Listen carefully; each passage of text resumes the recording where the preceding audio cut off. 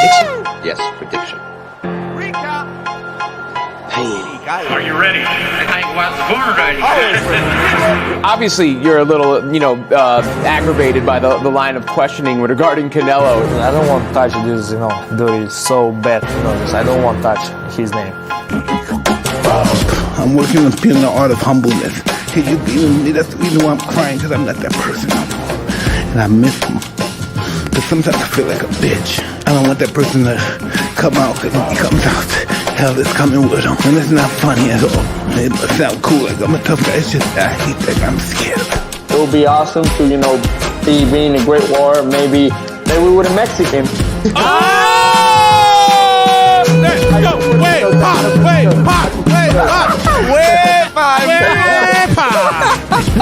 I have to put the joke. No, hey. Thank you for playing, man. I appreciate Good you. timing, man. Can't put predictions, man, but I definitely don't want to leave it to the judges.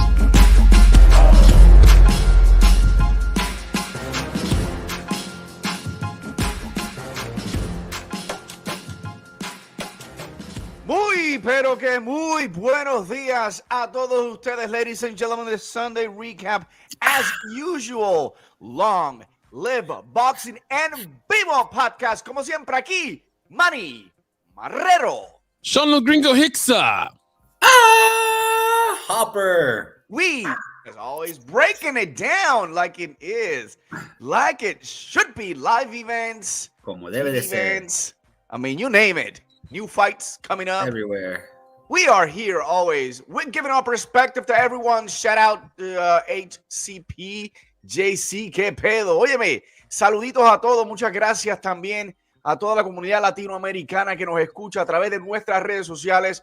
To every affiliate, the HCP network. These guys are awesome. If you see them out there through our channel, please go and give them a like, share some of their content, and also subscribe to their channel. Like. They have real boxing talk, just like we do here every week. And it's been a great week in boxing, not only in boxing, but us. I mean, we've been on a roll, Sean. Bro, man. Riding the wave of positive boxing talk, good, bad, and different. Getting fired up, man, with Barney in the background. Shout out to those little kids. So some good things happening in the sport of boxing. Some things are actually come to fruition. We finally. I had my doubts because I'm half man, half disappointment. The purse bid came through. Get out the damn way. Frank Warren making it happen, dropping that big $41 million and proving a lot of people wrong, including myself. But you know what? $41 million. Right? That's a lot of moolah, man. That's way more money than I'll ever see or need. For Fury versus Dillian White. Oof. No, but let's not go ahead and just totally bash it because you know what? It's a heavyweight fight. It's definitely names is going to be drawing attention to the sport and but you know what? That's my opinion. Hopper, why are you kind of down on the fight? Well, I think it's going to draw attention overseas across the Atlantic, over there in the UK, our brothers in the UK. But here in the States, I don't think it's going to move the needle. Definitely not $41 million worth of Benjamins, but hey, it's not my money, so go for it. Spend whatever the hell you want. I think I just think that I think it's a foregone conclusion that Tyson Fury is going to win that fight. I think he's just too big for Dillian White. I think Dillian White got starched by Povetkin 2 fights ago. Right. Yes, Dillian White, he kind of did get screwed by the WBC by being a mandatory for years. Never got his shot against Wilder. I mean, poor guy. But that was his own fault. He lost. Poor guy was screwed, and right. So I mean, I guess it's good for Dillian White. He's finally getting his shot. Now they're going. We still need to resolve the purse issue thing. He wants a bigger payday, understandably so. So, right, or is that still an issue? Is that no? That should pretty much be straightened out. 70-30, 80-20. It's going to be 80-20, right? 80-20. Per the guidelines. So, what he'll be coming away with is cool $8 million. $8 million or so. Yeah. So he was looking around like 5. So what they initially wanted to pay him, he wanted 10. So he's a lot closer to the 10 than to the 5. Yeah. And when it comes Shoot to high, start high, end up in the middle. Shoot for the moon, get the stars. You know what I'm saying? That's what he got. That's what he got. And Manny, you seem to be a little higher than our brother Hopper on the fight. You feel like that Dillian White's been wronged in some way. Kind of sound like an apologist, but you know what? I'm an apologist for the PBC, so nothing wrong with that. What's your brother? I want to hear what you think. Well, I think Devon White had his shares of doing amazing things back when he started fighting. He beat Joseph Parker, then she took on Chisora and beat Oscar Rivas and winning the WC interim, heavyweight title, meaning that you are next in line, right? And the problem is that, after putting an impressive show against Povetkin, out of nowhere, he got caught up. And so that delayed his chances because he had to come back and fight Povetkin again. That actually delayed, in my eyes, delayed the chances of him having that. But at the same time, yes, I said it before. Congratulations, Dylan White. Finally, you made it. You made it to the stage that you've been working hard for. For those of you that, want to continue to see the heavyweights grow, it's not only about champions fighting champions. Is those champions that they can stay active. And what a better way to keep Tyson Fury active so people can start learning more about him. I mean, that trilogy it gave him a lot of exposure to people who didn't really know who's Tyson Fury. Where is this guy coming from? Who has he fought in the past, right? I got that a lot. And then after the trilogy, everyone knows who he is. We know for a fact that ultimately we want to be able to see a unification at the heavyweights. It's probably going to happen, but we're going to have to wait. Anthony Joshua, we know that's why I'm so down about this, man. Right. He's not going to step aside. He wants revenge. He wants Usyk. He doesn't care right now about the money. He's still going to make the money. And in the meantime, what's the other part of the heavyweights going to be doing? Fighting the number one challenger. And I think that's why, you got interim belts. If you're going to bring all this kind of crazy belts into the equation, interim means you're next in line. You're number one challenger. Why don't we go after someone that's been working hard? The last 6 fights have been brutal for him, and I think he deserves a shot. Is he going to beat, like Hopper said, Fury? In my eyes, guys, I'll give my prediction easy. No, I don't see any trouble other than Wilder. Fury needs to be cautious because he got caught a couple of times with Wilder. I don't see Dylan White having the same power. That's Deontay Wilder. But White's got some good combinations, and he's eager and hungry that he can actually shock a lot of people. But the reality is this is just keep Fury warmed up for what's about to come after. Hopefully, we see the rematch against Usyk. I would have preferred him just go straight to fight Usyk, man. I did too, but AJ gonna step out. Mandatory's got to be honored and so on and so forth. But it's just complications at heavyweight with AJ, the rematch clause with AJ and Usyk. It's kind of hold it up, and I get it. But I mean, I say this, I'm gonna watch it, of course. But absolutely. Yeah. But to the fans and to the casuals and to everyone that's waiting for some of these big fights, hey, this is what you're going to be. You should be rooting for these kind of news coming out because it's opportunities for us, yes, to keep, building on that soap opera to see what's going to happen next. And on the meantime, I'm getting asked a lot, what happened, what's going to happen to Wilder? Who is he fighting? Guys, I think that the best fights right now before we see unification, it's going to be with guys also they don't have any title. Can you imagine a fight between, Wilder and Ruiz? Can you imagine a fight? I mean, just picture the amount of people out there. Daniel Dubois, it's also there in the mix. Joe Joyce, it's also there in the mix. And King Khan, too. I mean, these are people with no titles that are going to eventually fight together and create more hype to a division that's finally growing and getting attention. And let me not say UK, England, it's getting all this attention. Well, no, that's some great points, man. Definitely valid. And, ultimately, I just want unification. I want undisputed. So I think that this still allows that to happen in a possibly an even bigger way from the standpoint of you never want to have that doubt component. I mean, I know it's apples and oranges, but to me, undisputed, we want to clear the chessboard completely. So for me, I would love, and I'm actually happy about this fight because the thing is, even though that there is a gap, Dylan White is a top 5 guy. So, I mean, for that. Whoa, top 5 guy? In heavyweight. Gringo. Yeah. Fury, Usyk, Wilder, Joshua. Keep going. Dillian? He has to be. I'm not going to put. Wow. He is.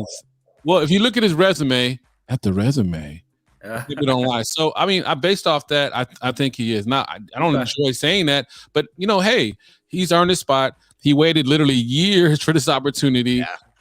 He literally.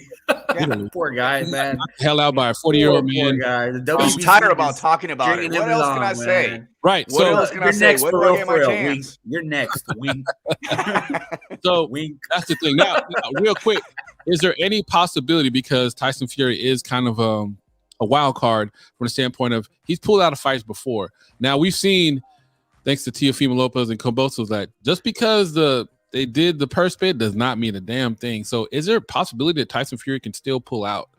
Of course. I think that possibility always exists, especially from pull what out. You mean pull here. out? We don't have confirmed information, but people say he had the COVID, quote unquote COVID against Wilder, so it had to be delayed. But a lot of people say the COVID was the American heavyweight Jared Anderson starched him in sparring. So I mean, you never know with Fury, man. So hopefully he wants to get this over with as soon as possible and head on to the unification. There's just good money for him right now. Also on this fight, which elevates him to that elite status, and where like, hey, listen, I'm not saying that I'm the cash cow of the heavyweights, but what I'm saying is I'm the man, and everyone else needs to look at the man. And right now he wants to continue to build up in what it's done right now. And what a better way to do it in your organization, the WBC, giving the number one, contender, giving them a shot, giving them a chance. Listen, we don't want to see Fury inactive. We don't want to see any of these guys inactive. And I think that he understands that. He realized that. And he doesn't have a lot left yet. So, man, let's give this fight a chance. Hopefully it doesn't pull back. Sean, I wasn't even thinking about that. But, I don't know. I really don't want to see that. What would be the purpose of him not taking this, which he knows for a fact that Dylan lack White's of got training, no chance maybe just not training right, because he is kind of falling into, even in the Wilder fight. I felt he kind of showed up a little pudgy, right? Or compared to his previous physique. That's him. But compared to his previous fights with Wilder, he looked in shape in those fights. You gotta be in shape. In this third fight, you gotta be in shape to do what they did, Hopper. I mean, this was a brutal fight that even Wilder didn't give up himself. Even Wilder had some huge moments at the end. Was like, wow, this is going to go either way. Training dedication is never questioned. I'm just questioning his 100% commitment to the training. Fury. No, of course they're going to show up in great boxing shape. Of course, that's not a question. But to the level that you need it to be, it's questionable sometimes with Fury. No, definitely. So one thing, we talk about the plans kind of coming together. Their plans are kind of aligning from the standpoint of undisputed. So, I put a little salt in the game with the possibility of what Tyson Fury may or may not do. So just calling it right now, half bro. Man, half disappointment. You got to keep it 100, right? So to make it whole, my full disappointment is what I think is going to happen or not happen. But I want to hear from you first, brother. Is the fight going to happen, and are we going to get undisputed heavyweight by the end of the year? Hopper, you first. Yeah, of course. Whoa, wait. I kind of maybe answered a little too fast. I got my optimistic Hopper glasses on, wanting to watch all these fights. By the end of this year, man, I want to say yes, but knowing boxing, boxing, the way it goes, and always want to shoot themselves in the foot. And the hate that Fury, and man, I'm gonna say no. I don't think it happens this year, man. I think it maybe happens early next year. Yeah, man, this sound like a real boxing head. But hey, you're keeping it real, and that's why we love you, brother. So, bro, I mean, it is what it is. Boxing always does. Boxing's gonna box. Does itself no favors, man. I always want to shoot ourselves in the foot. Absolutely. So, Manny, what's your thought as of right now? So it's kind of a two-parter. Is this fight that we're talking about going to actually happen? Right, and it's already had the purse bid go through. Thanks to Frank Warren. Shout out to you and your $41 million is going to happen. Going to be in the UK, which I'm actually cool with, and I'm happy for their fans. Yeah. But is that going to lead to? It's like a domino, right? So that has to happen. Then you have to have the rematch between Joshua and Usyk. Yeah. That has to happen. Then at the end of the year, we're in January. Do we get undisputed in 2022, brother? Yes, no, maybe so. What do you got? I'm going to say a big fat yes. And the reason why is now we're seeing some of that roadmap coming up. We got Tyson Fury getting warmed up and, going to be able to fight Dylan White. If that fight happens, great. That's part of what he needs to do this year. They're not going to wait more than 6 or 8 months for a fight. Then we got to wait and see when Usyk and AJ will fight as well. If that takes longer, if that fight gets to go sometime in May, June, July, then impossible. But if we see these guys fighting in March, maybe the latest in April, that will lead to a nice 6 months. It's already March. It's February. It's going to be February. So you still got a couple months. And I think news may come next month, which I'm hoping. And if that's the case, definitely, my brothers, I think we will see, a unification bout this year. Lots of money, of course, in England. And, they can't say no to this. But Anthony Joshua or Alexander Usyk, they need to settle things and get this fight before April for that to happen. All right, so that's what I wanted to say real quick before we get into our next topic, which is a good one with the boxing showcase. They had the WBC final in Irving, Texas. But for me, it's kind of a thing that, and shout out to my man Joe Habib on the round table that stood out to me as well. I'm starting to get really concerned about Anthony Joshua's lack of just kind of commitment overall. He hasn't even got his trainer confirmed yet. So I do think first part, yes, I think this fight's going to happen between White and Fury. I'm confident about that part. But to get to the road to undisputed, you got to start kind of speeding the timeline up, at least have confirmed dates. So I'm not sure what you were just saying, Hopper and Manny, in regards to the date of the other part of that component, which is Joshua versus Usyk. I'm starting to get concerned about that, as far as where Joshua actually is. Well, now there's probably going to be more pressure, definitely more pressure, because this fight's going to be aligned to be taking place and big money's on the table for, all these guys that are involved. I mean, it is heavyweight boxing. Anything can happen. We can dispute one thing or the other as far as technicality, but one punch can definitely change the game. So, but ultimately, the planets have to align as far as things getting confirmed. One seems to be confirmed. One seems to be, we feel it should be confirmed, but it's really AJ kind of dragging his feet. And, I am concerned about that. In fact, I'll go ahead and say I'm more concerned about AJ than Fury. And, that's kind of a scary thing, because as far as like mentally where they're at right now, I honestly am, and I think that even though he was talking that, saying he's not going to step aside and he don't know where the report came from, that could have been the best thing that ever happened for him. Buy him more time, let them find each other, and 90 million. Yeah, well, whatever the reported number was. Maybe kind of Tyson Fury was probably exaggerating a little bit, but shit, still that's a lot of money. Take the money, train, get better, focus on your game plan, get you a damn trainer. Right. So that's what I'm saying. There's just so much uncertainty, but the possibility is there, which has me excited because it is, the glorified, glamorous division. It's what casuals care about. It's where the knockouts happen.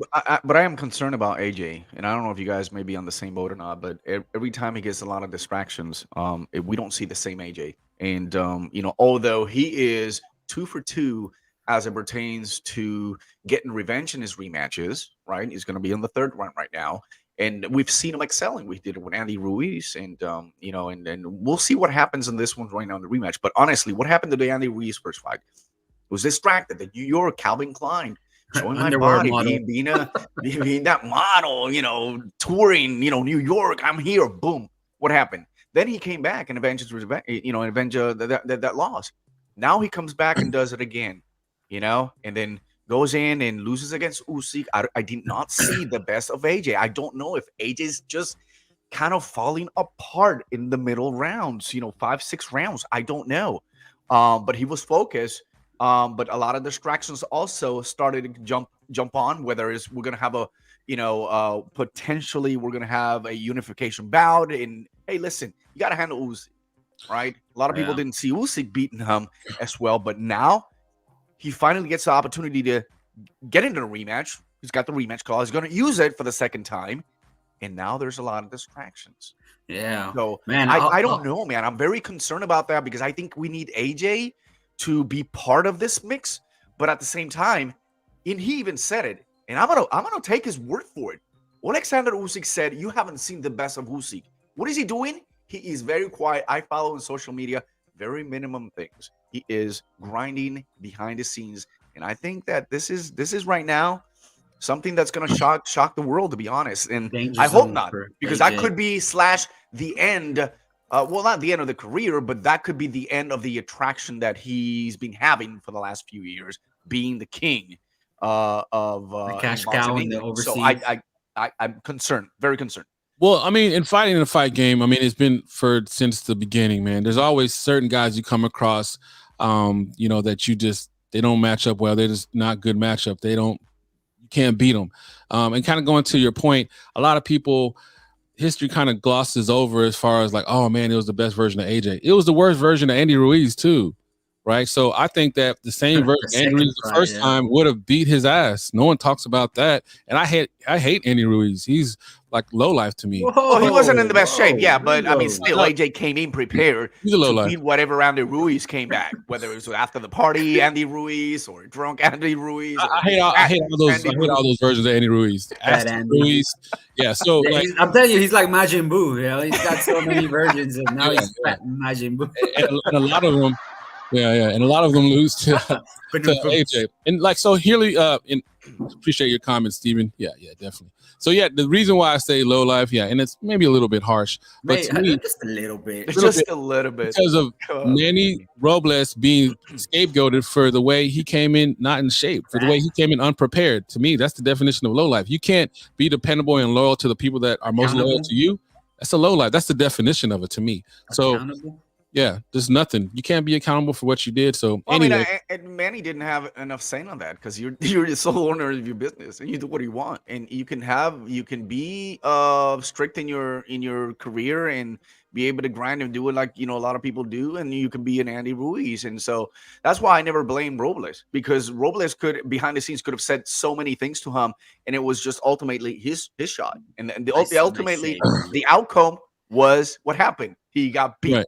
So my point of going back to that, and it wasn't just to bash Andy Ruiz, even though I take when any opportunity I get. I want to see him back again, bro. I want to see him with Wilder. That's what I want to see. Andy Ruiz and Wilder will be the perfect match for me. Both of these guys, former champs. I mean, I don't know. No, I want to see Andy Ruiz retire. I don't hate that guy. So I don't. We shouldn't. He doesn't add any he's okay. Andy Ruiz, but Lays Ruiz, I don't think we're never going to see Andy Ruiz again. So. Well, I mean, right now you think that with the Hoppers, boys up there at Reynoso. I think right now that's a difference maker. We didn't see him at the fest with Ariola, but that was the first fight coming back. How awkward would it be if Anthony Joshua decides to go over there with Reynoso? Well, that's actually a pretty awkward. I have, because I know that Eddie Reynoso's about his business. He wants to train champions. I think he's going to start sensing that Andy's just for show. And I'm predicting that partnership's going to end pretty soon. He's paying him too. He's making money. Remember, Andy Ruiz makes money. You cannot hire Reynoso if you have yet to win big purses. To be honest, you cannot. I mean, it's first of all, the time is difficult. He's not going to spend a lot of time. The second, he wants to only train champions, and those who are champions or about to be champions, it's a different story. You know, Ryan Garcia makes millions of dollars. Selfishly, Canelo, come on. I mean, think about it. Rayo Valenzuela. I've never heard of that guy. Nah, me neither. No, selfishly, I want AJ to train here in Houston with. That would be awesome. I try to go down there all the time. Don't know what's taking him so long. AJ, I mean, I know you listen to this show. Please, what's taking you so long to start your camp, to get ready? Are you ready? We're concerned about you. I mean, but we want you in your best shape. All right, so no, good points there. So I don't want to get too far off in my Andy Ruiz bashing, but my point was to that, just real quick before we get to these comments, was that AJ has some soul searching to do. He got, to me, let off the hook by the best version of Andy Ruiz not showing up, and Usyk's not going to do that. That was where I was really going to go with. So he knows. I think that there's a part of him that knows that. He probably knew that. Hey, Eddie Hearn's going to be feeding them pizzas and all that crazy stuff we've been hearing. Lock him in the room, and that's not going to happen, man. Usyk's about that life. He wants to show the world he's chasing greatness. And so there has to be a part of AJ for him to have to come to grips with that. So anyway, hopefully he does, and hopefully he does choose a trainer, and hopefully it's the guy in H-Town. Shout out to Ronnie Shields. So we got some great comments right here from Steven Ruiz. Is Ruiz and Frank Sanchez there for Canelo to get good sparring in cruiserweight? Chess, not checkers. Good comment there. I mean, it's It's fair. I mean, but I think they're probably there to actually train for their fights instead of just sparring for Canelo. It's positive for Canelo them being there. I don't think that's why there's so reason why they're around. No Paul, shout out to No Paul. That's my brother, man. No, I don't think Sanchez pays him that much. Come on, man. He's making that big bank. I bet he sees more promise in him, and he is a lazy bum. Frank Sanchez is a real one, even though Manny hates him or he finds him boring or unentertaining or unentertaining. Maybe his last fight, okay, I'll give you that one, but I agree with me. So you are agreeing with me on that one, aren't you? I'll give you the last fight. Okay, that's it. I'll slide agreement. Hey, it's on record. Got another comment here. So, agree with Manny and EnVivo Marrero. John McSmith. That's right, Hicks. Deep down, AJ knows you can't beat Usyk, and that's a possibility that people don't really talk about. You know that some fighters are difficult, and some fighters they have some. You know, why just have your number? Very difficult to, exactly. You know, small, shorter, fast. Usyk. I just don't think that Usyk has got a lot. Usyk's not young anymore, and so he's got a lot of good fights, and that's why I'm so bullish on the fact that he has to be behind the scenes doing the things that you need to do to continue to to remain on top. And I believe it. I truly believe it. AJ, I do not. I mean, I don't know, man. Well, see, that's the thing. Like, that's kind of where I was going with it. So, and I love that you brought up the point, Hopper. As great as Manny Pacquiao was, I went back and rewatched those fights. Shout out to Al Chile and all of them.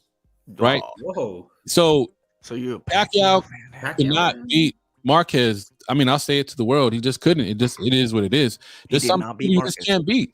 So you just cannot. Not saying they weren't competitive and unbelievable, compelling fights, but some people you don't match up well against. So I think just as far as style matchups, AJ knows that. So that's kind of where I'm going with that. And I don't want to deviate from the subject, but are you talking about also Chocolatito Roman against Source? Runchvizak? No, Chocolatito's fighting Rey. No, but what I'm saying is some of those fighters that you can't beat. Got you. Yeah. That's true. That's a great example. Because, like, you know what? Example. I'll say that. Like, even though El Rey scares me because I'm a Chocolatito fan, but I respect El Rey and have a high opinion of him as well. I don't know. I haven't seen the fight yet, but I don't get that feeling like, the Rat King shit. Like the Rat King. No, you're right. So that dude... Man, that was sad. I didn't want to see Chocolatito go in there and get hurt. So again, third time. If they announce that fight, man, I mean, I'll be excited, but I'm not. I put it like this: those are fights I do not want to revisit. Yeah, that sucked. All right, Sarang's size definitely. He's got the Chocolatito's number.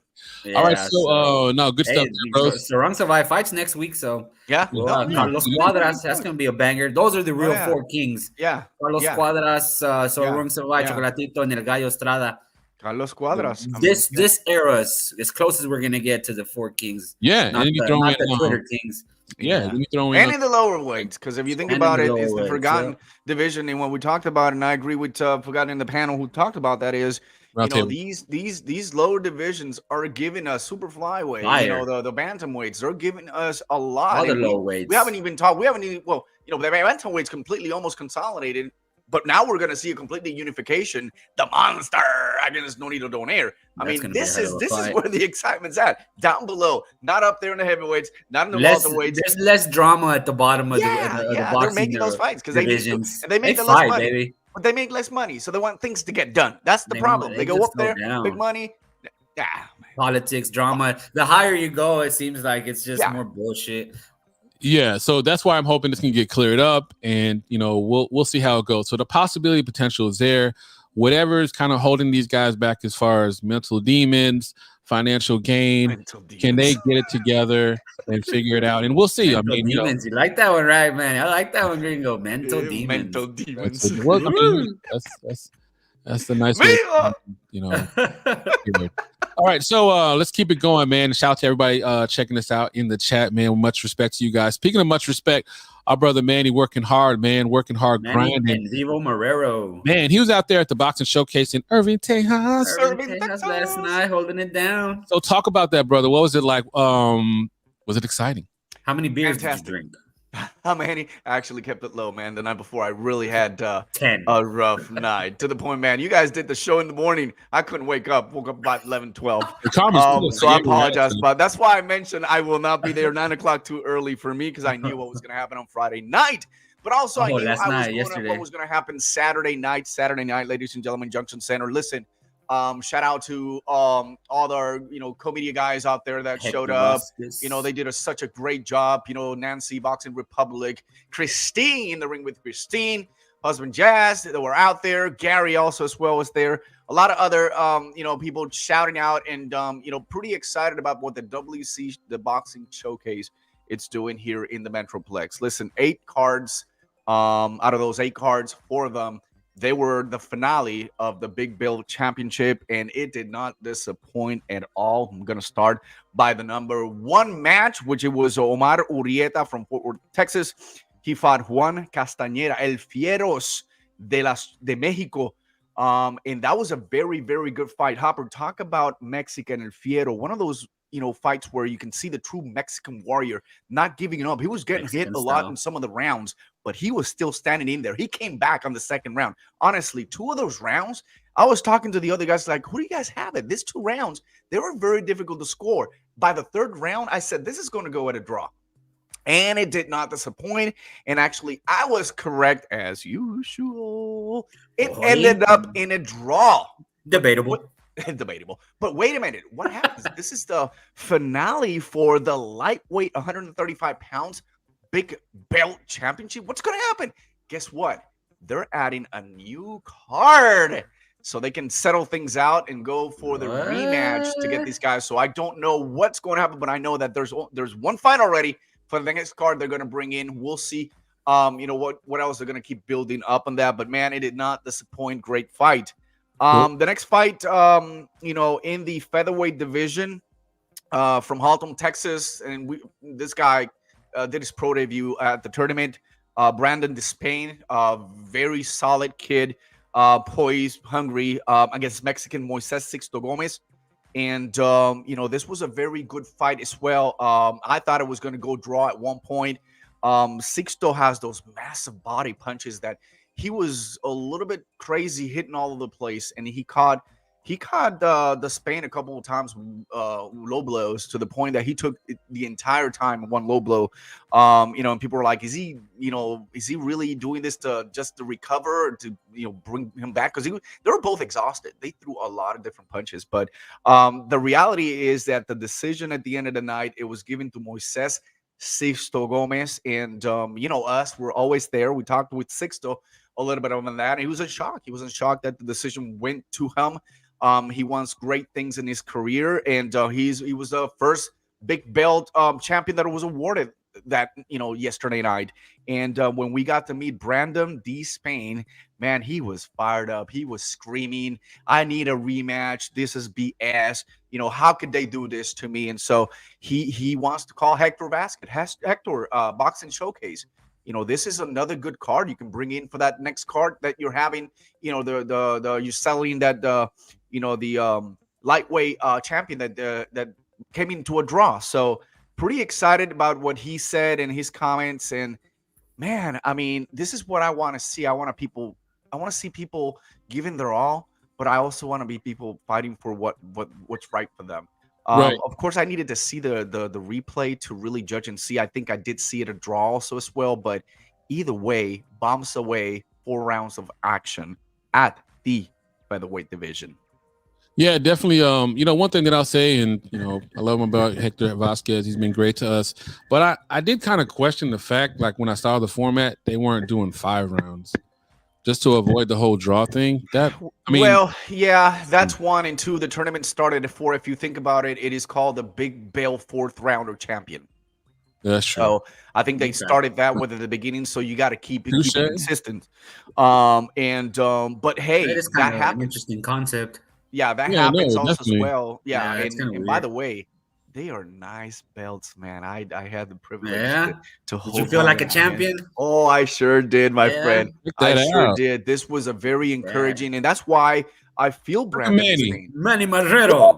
Look at that. Champion. My goodness. I feel for Brandon Spain because he really worked hard to get that. I wish I could see a replay to kind of judge a little bit more, but even Sixto Gomez was like so like excited that he couldn't even speak on it. But congratulations, man. This was another very good one added into the mix of that. Okay, great.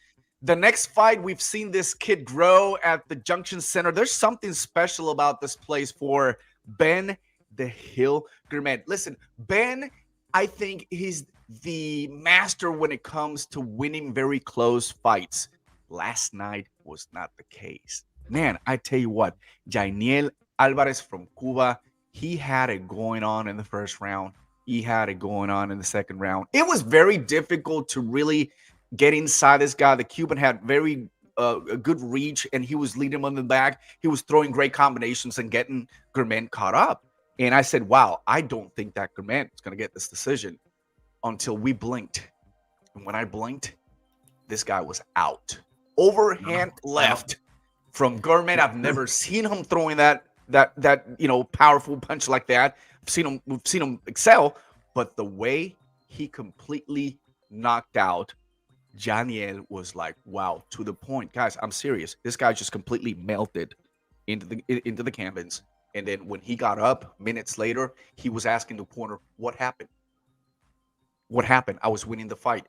And so it's just one of those punches. We was very excited for him, being patient. Yes, he was losing the fight, but I think that what he's got going on and with FSG out there in Fort Worth and Kid Vasquez and bringing in some great talent into that little stable that's getting a lot of attention with PBC and a lot of other fighters out there. Man, this is good stuff for this guy. So we're excited at Benjamin, man. Shout out to FHG, man. They're doing big things, and I know they got a huge fight on their hands, and actually going against Coach Derek James' stable, Frank Martin. That's gonna be crazy. Like, man, that's gonna be a crazy fight. Looking forward to that one. So shout out to Ben Gramat, man. He's doing shout out to our boy. And I was definitely looking forward to that because I had heard that Cuban was no joke. So no, he was not joke. He just got caught. He got caught like right up at the button. Like honestly, like you shut down the switch and you complete oh my goodness. It was I didn't get to catch that action. I was just talk to us about our boys, though, Manny. Talk to me, Jake and El Güero, man. Man, Jake the Snake. Listen, he didn't disappoint either. Sergio Salinas, from Mexico as well. Gotta some Jake the Snake. At the welterweight division for one of the big belt championships, and let me tell you, he did not disappoint. Wow. He's created such a big following there. The entire house was just, snake. And he actually delivered. Great performance by the Snake.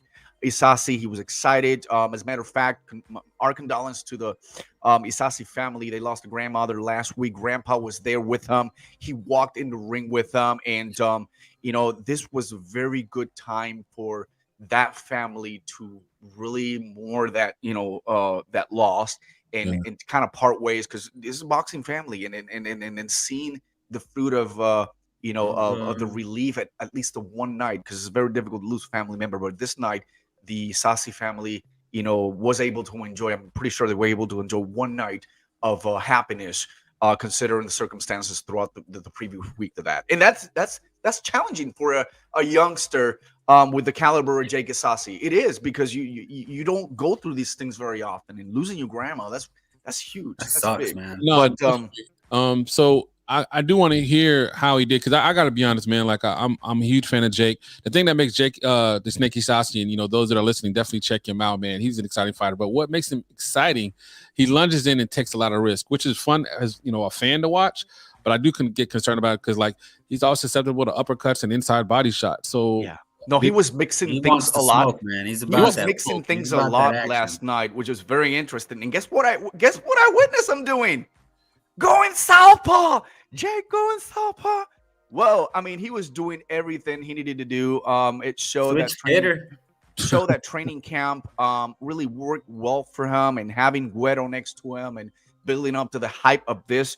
and being able to be crowned, one of the first, 4-rounders, big belt championship, sponsored by the WBC. Great message from Mauricio this morning.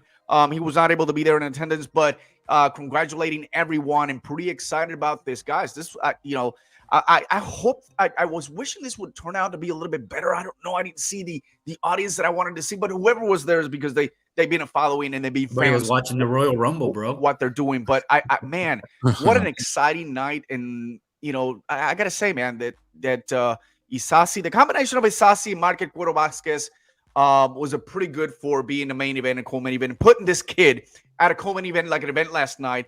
And then, of course, Marquez Cuero Vasquez, he had talked to us about, how so many changes he's done in the training camp. Not only that, sparring with Earl Spence, Brown. I mean, you could see the minute I saw El Güero step into the ring, I did see the superiority. I did see him on a different level. He's so patient, like he talked to us, Sean. And all he had to do is wait and wait, land those combinations, repeat the combinations as well, and until he finally landed in a good, good upper, good overhand right hand, and the African guy just couldn't do it. Casimo Yabuko, he's from Katy, Texas, but I believe he's somewhere from Ghana. And he had 1 fight, 1 lost. I believe he had more fights than that. I'm not sure, but it was really good to see Güero back in action. I was hoping, hey, finally had a fight, man. Don't let him pull back, because these guys are working super, super hard. And 2-3 days before a fight, they learn that their opponent pulled back, something happened, COVID, and all that time and all that money they spend throughout camp, you can't recover that back again. And our girl Chicken, hey, listen, Chicken will be back soon, y'all. Chicken's fighting a couple weeks from now, so February 19th. She's ready. She's excited. I mean, all the people out there that made things, awesome for us, and Hector Vasquez with his attention and hospitality, and everyone around it. I mean, judges that we recognize from previous events, and even fans that were in attendance, made it a really, really special night for us to enjoy a good Saturday night of boxing. Man, I love hearing that. So let's go ahead. Let's thanks so much for all that recap, man. That was awesome. Yeah. Sounds like a great night.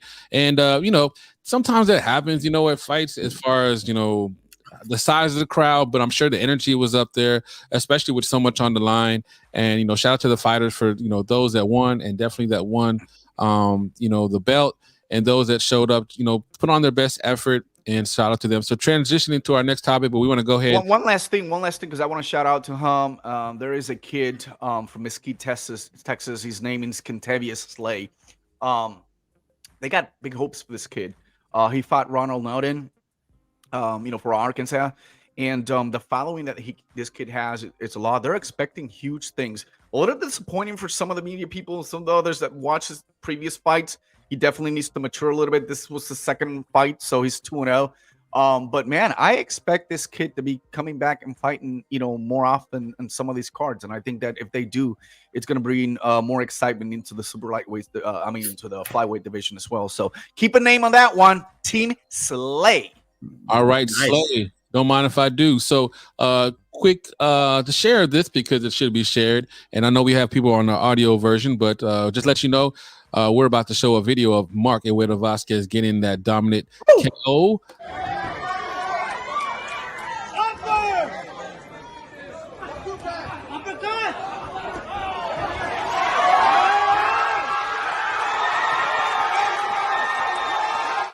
Wow. This was right after he had knocked him out for the first time. He came back up, and you could see Güero got some power, bro. He very patient and accurate. We didn't see him getting out of control, and it's a different Güero, man. He was composed.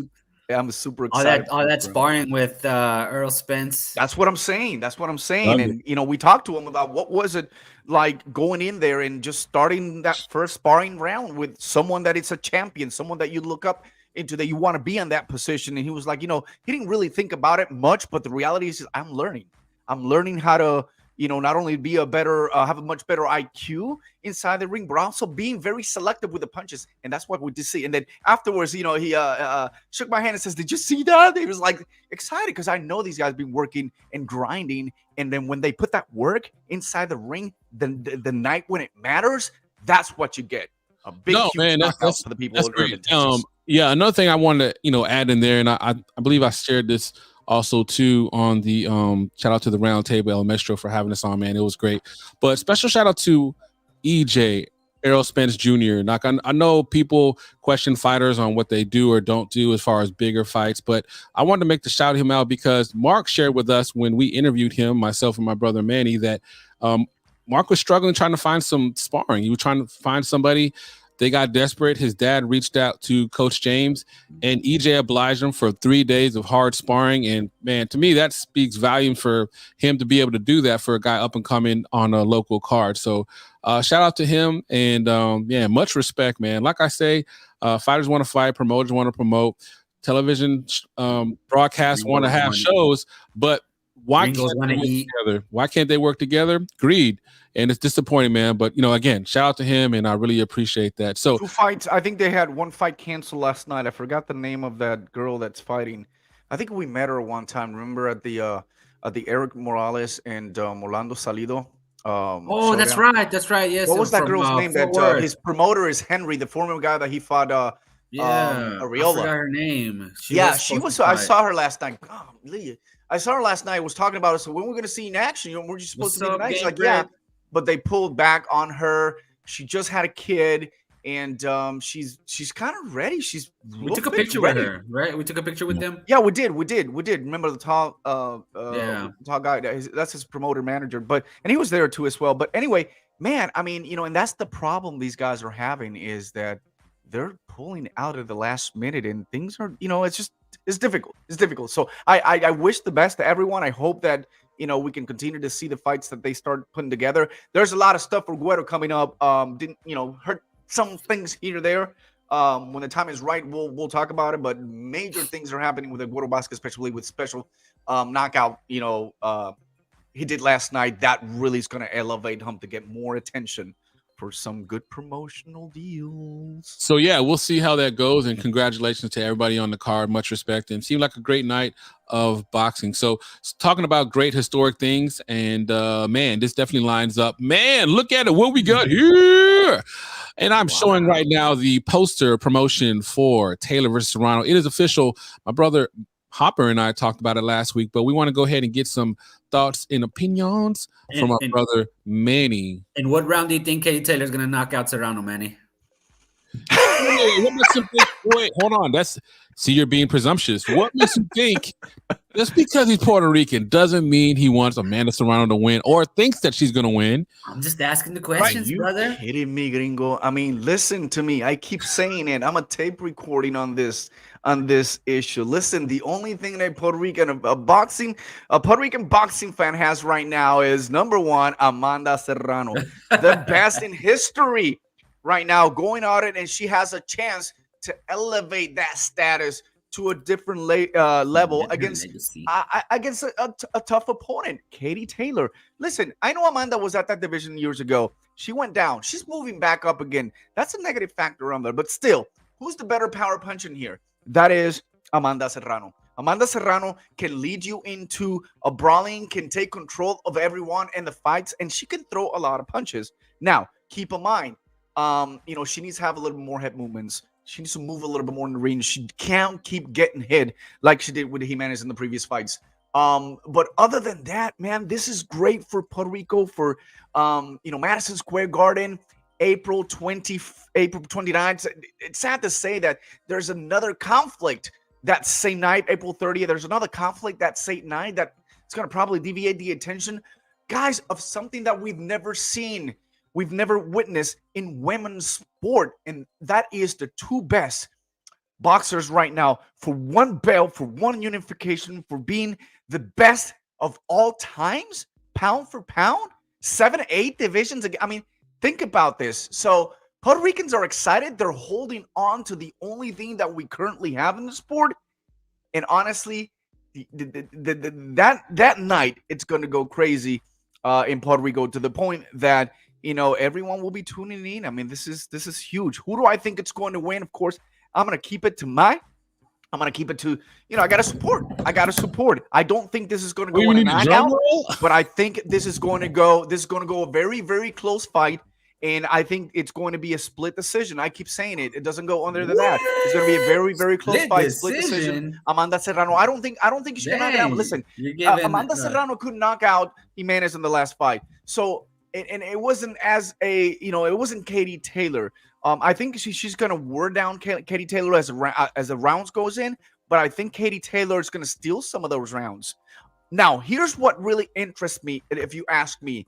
The being part of Jake Paul, Paul, that really excites me. The money's there. She's getting the attention.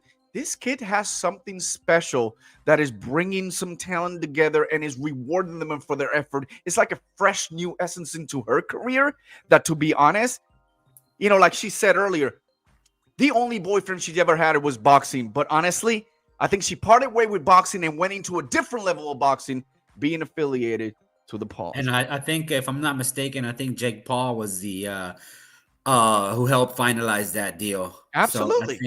So I mean, paying her the money that she deserves. You can hate on Jake Paul you want, but I'm loving that Amanda Serrano's going along for the ride and he's helping her and promoting her, and which she rightly deserves, Yeah. And I wish it'd be a knockout, but I gotta be fair to this, and I gotta give Katie Taylor a lot of props. And I got to give her the benefit. Who's the best experienced boxer? Obviously, Amanda Serrano, but I think it's going to be closer than what people think. Then just be real. Just be real. Us being the people, gringo, because we just totally dismissed. No, we're not completely dismissed, but we just pretty much said that Amanda Serrano was going to dominate the fight. Katie Taylor on her last few fights didn't look like the old Katie Taylor. It looks like she's not completely losing a step, but she's not the old Katie. She's descending, not ascending. There you go. That's how we put it. Yeah, that's how she's descending. So keep in mind, though, you got to give prop to Katie Taylor's, because as it pertains to total connect percentage of punches, Katie Taylor beats Amanda Serrano by 8%, 39.4% out of 31.8%. When it comes to jabs landed, 2.9 in combination to Katie Taylor, 1.7. That is the different maker. But here's the power landed per round, 20.5% against 14.5. That could tell you the difference in where Amanda needs to continue to capitalize to be able to dominate or be able to pull up with a win. And on paper, it shows Amanda Serrano. No, definitely, man. We're kind of coming up on time, but I definitely want to touch on this before we, get some quick notes and, head on out of here. And thank you guys for tuning in. Really appreciate it. I know we talked about it before, my brother Hopper and I, but just kind of for everybody in the chat, everybody listening on the podcast audio version, we appreciate you guys so much. This and what we call the coined phrase, we made it up here at the EnVivo podcast. Shout out to us, because we create names all the time for everything. Card stacking. What's up with that, man? Why do they put big fights on the same date? Do they get like a discount on the venues, or what's going on? Hopper, what's your thoughts on it, man? Because we were fired up about it last time, but this time you literally have two historic fights on the same night. Even that Katie Taylor, Amanda Serrano, there's on the same day as Oscar Valdez versus Shakur Stevenson. Right. And I think that one's probably more issues with the promoter, because I guarantee, I'm pretty sure Bob Arum is a little butthurt that Eddie Hearn went underneath him and stole the Teofimo Camboso's fight and now bid him. So I don't think Bob's going to budge as far as his start time goes, because let's keep it real. Manny, I know Amanda Serrano and the Puerto Ricans are going to be tuning in to watch her, but I think the rest of the boxing community and the boxing world might be tuning in to Valdez and Stevenson, because I think it's champion versus champion.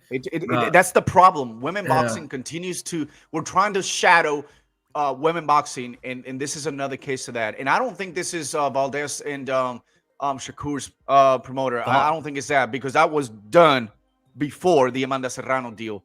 Paul, Jake, I think you got to think about these things. And if you want to elevate women boxing to a different level, you got to be able to put these cards together in a way. Now, the other thing could happen is the venue. If the venue wasn't available, then I get it. But man, we got to try our best to keep them a little bit separated from other major events, like a consolidation of a 130 pounds. This is huge. These are the best 2 pound future pound for pounds. I get it. Legacy, legend, Serrano. Wow, never seen before. But that is not a Mike Tyson kind of thing that draws everything attention. That is not. Women boxing needs to have their own little path, and it needs to start getting attention and not stacking them with other things. That real hell, Sunday afternoon. Why not a Sunday afternoon? I mean, football. But see, football's going to be done. That's kind of the thing, man. Like Sunday evening. I'm going to say all the right things, and oh man, definitely it's a historic night for female boxing. But I'm just keeping it real, and I want the best, and I know it's a huge card. I'm going to be watching Shakur Valdez. I'm just being real, man. If they're both at the same time, if they're both at the same time, I am going to say it right now. I am going to watch Amanda Serrano and Katie Taylor. Of course you are. You got 8 TVs, bro. So it's just history there in the making, and I get it, both of them. But I guess I'll which fight are you going to watch VIP? at the same time? Is that what Pip's for? Put a little 2 squares back to back. Maybe I'll do that. Well, you got like 20 TVs, so it's easy. Your whole world is totally different. But no, realistically, all jokes aside, if you got same time, 1 TV, that's what I'm gonna watch, man. I'll try to figure something else out, but I'm poor. Hopefully, and then because I think Eddie Hearn came out and said that he's not concerned because Amanda Serrano and Katie Taylor is a bigger fight than Valdez and Stevenson, which is kind of concerning if he does actually believe that. It might be a bigger fight for sure, but in terms of eyeballs watching and who the boxing, definitely. So then you have all the haters that don't believe, that they always say that Amanda has had an easy ride. Let me keep boycotting that because it's not deserving to get that there, right? Is that you? Definitely. All right, so we got I guess that was me. My bad. Wait, you were shut. Oh, that was me. I actually did like 2 episodes on that by myself for like 3 hours. By yourself, right? And I'm intense. All right, so shout out to being intense, my brother No Paul, man from out Chile, doing the big things. These promotion companies should respect each other. I shouldn't have to watch the second choice on replay. Counter program, card stacking is whack. I like that. Right, and that is what I do. I watch on replay. Next week, Gringo, February 5th. I agree with you, no problem. I think my attention Carlos Cuadras on the same night as Keith Thurman and Mario Barrios. Oh, see that one's different. That one's different because one's luckily Sniper and Ramirez was moved. If not, we would have a triple. Oh, and then triple stack. But you been junior fights too, but this is in the afternoon. For pay-per-view or a pay-per-view that's not worth it, or are you gonna go for the free stuff? I don't care about that. Badass free fight. Well, no, definitely. So in that case, it makes it a lot easier. One's a part of a package that I have, or it's going to be on a free stream, or something like that. But if something's going to be PBC though, he's gonna tune in and watch.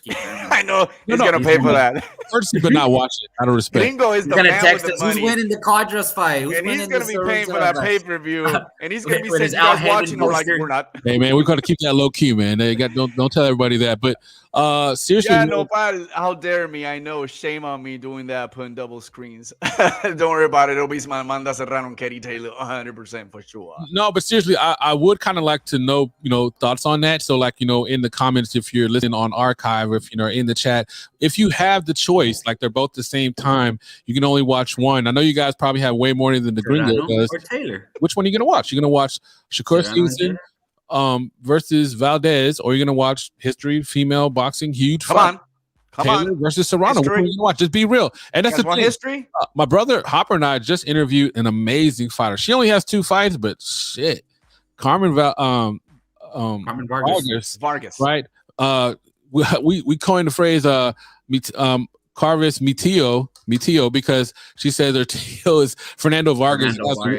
She has the world tricked, but hey, why not? So yeah, man. So of course. So before we get out of here, any last comments that you want to make, Hopper, first? Yeah, definitely. And it's final thought. My final thought of the day is shout out to Ronda Rousey and Brock Lesnar for winning the Royal Rumble last night. Boom! WWE plug. Yes, sir. Royal Rumble, man. Gotta tune in. I did not see that coming, but there it was. So shout out to them. Sasha Banks returned.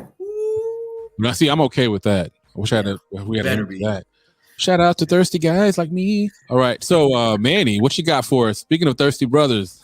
Thirsty brother. Listen, I missed the fights last night. That's okay. Oh, that's right. We didn't talk about fucking Conceição. But I want to shout out to Conceição. We talked about that this fight, it was underrated. It should have not. This Conceição, demonstrated his superiority against Xavier. And, this was an opportunity right now. And I think right now Conceição could be leading into another break to, contending for a title in the future. Yeah, we get it. He lost against the best at the division at the 130 pounds.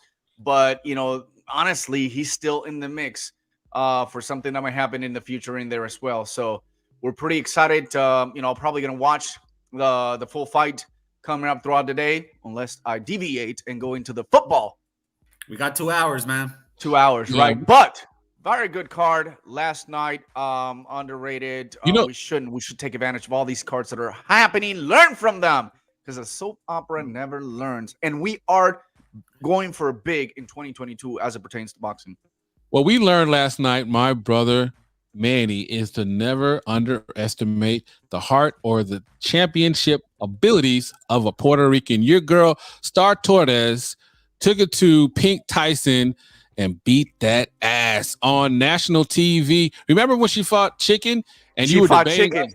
Yep. Yeah, and you were debating me and Hopper to the death that she won that fight, but you wouldn't say it on air because you didn't want. I gotta respect our girl Chicken. I was with her last night, you just gonna dry snitch on him like that, Gringo? What a jerk!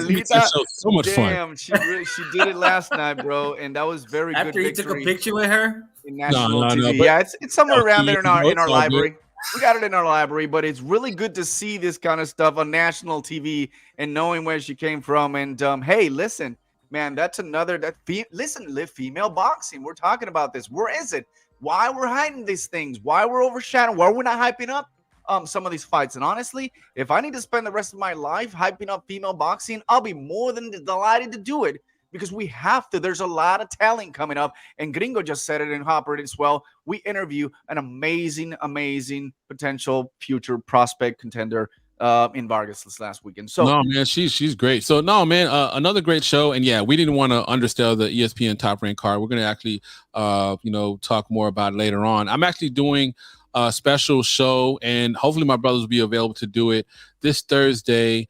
Coming up with Coach Derek Collinsworth, and we're going to be talking and doing a full breakdown debate on Fury versus White. And I'm going to somehow, some way figure out a way, some mathematical equation where White could possibly win that fight. Hopper, are you kidding me? Impressed.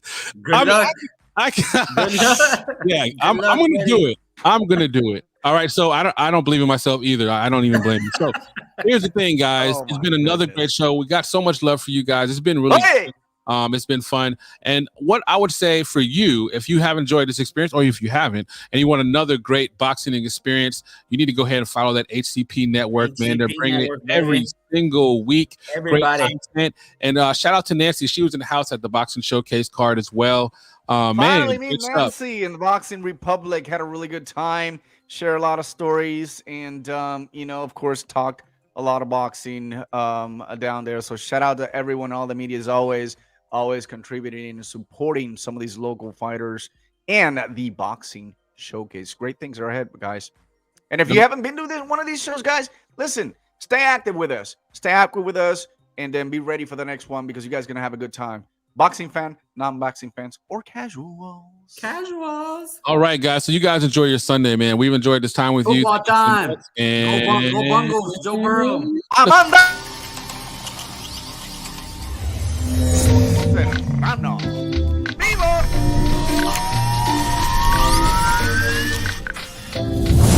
It's Maestro A. It's Kenny T. I'm back in New York City after a weekend in Las Vegas.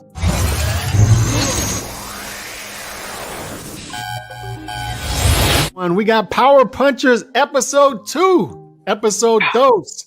Hit that like button as you come in. It's your boy Dave from the 408 coming to you all the way from my podcast studio in San Jose, Califas.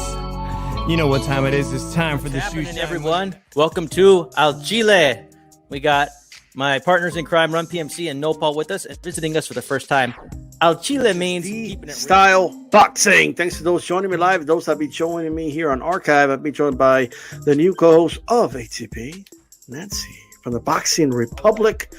It's my birthday, and then obviously, Red says to me, these are my girls. You have to make sure you do the interview for them. I said, you know what? Even though it's my birthday, we'll do it. No problem. Oh, you're amazing. Thank you. Thank you so much. All-star panel, the round table, number 58. Really good weekend. Seguimos en vivo. We are live, ladies and gentlemen. Como siempre, Mari Marrero. Sean El Gringo Hicksa. Hopper. Hey. Always breaking it down like it is, like it should. Welcome to the Ringside Reporters Show, where we talk about the latest boxing news. If it's related to boxing, we're going to talk about it right here. My name is Eric Lorta, and I'm here with my co-host, Joe Habib.